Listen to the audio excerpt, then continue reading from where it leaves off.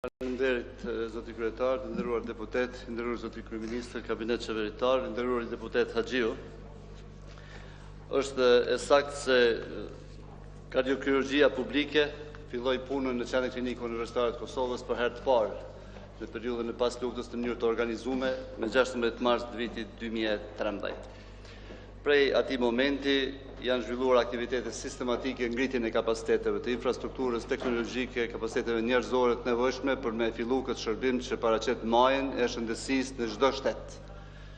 Projekti i themelimit të kardiokirurgjisë publike ka qenë projekt të jetë ambicioz në rrethonat e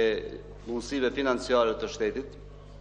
Kemi qenë të vetëdijshëm për këto kufizime, por siç e thatë edhe vetë kemi arritur që të aktivizojmë projektin e donacionit qeverisë italiane, i cili ka qenë lejuar që është vitin 2007 dhe ka qenë stopuar për vite të tëra, e kemi aktivizuar dhe në funksion dhe me këtë kemi filluar ngritjen e kapaciteteve të këtij shërbimi, duke punësuar për herë të parë 18 punëtorë, një kardiokirurg dhe më pastaj edhe 2 kardiokirurg të tjerë,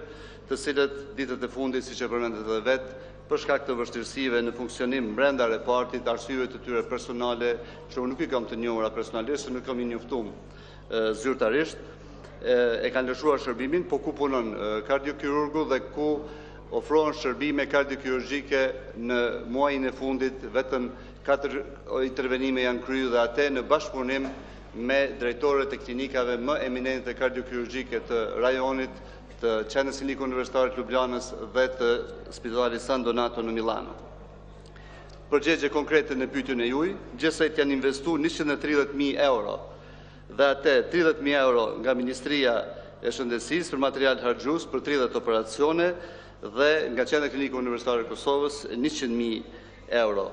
Nga projekti italian, i cili është në vlerë 1.7 milion euro, janë shpenzuar 350.000 euro. Janë kryer 31 intervenime kardiokirurgjike në vlerë të përafërt prej rreth 250.000 euro.